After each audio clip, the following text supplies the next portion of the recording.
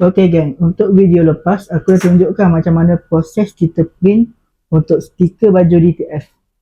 Untuk video kali ni aku nak tunjuk macam mana kita tampal pula stiker ni pada baju. Okay, ni adalah macam mana proses kita tampal stiker ni pada baju. Kiranya kita transfer stiker ni pada baju lah. Okay, yang ni kita panggil proses untuk heat press ya. Tu dia.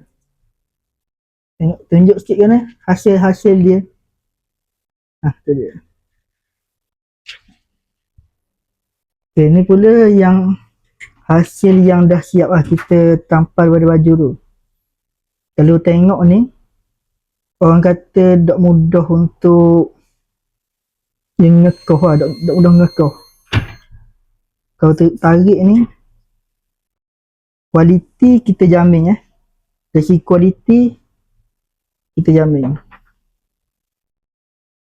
Okey, jadi kepada siapa-siapa yang nak membuat baju tim, okay, ni dah nak dekat raya Korban ni, apa kata anda buat baju untuk tim Korban anda untuk tahun ni, barulah nampak seragam semua. Jadi anda nak buat kat mana baju ni, anda buat di Menteri Printing sekarang. Ciao.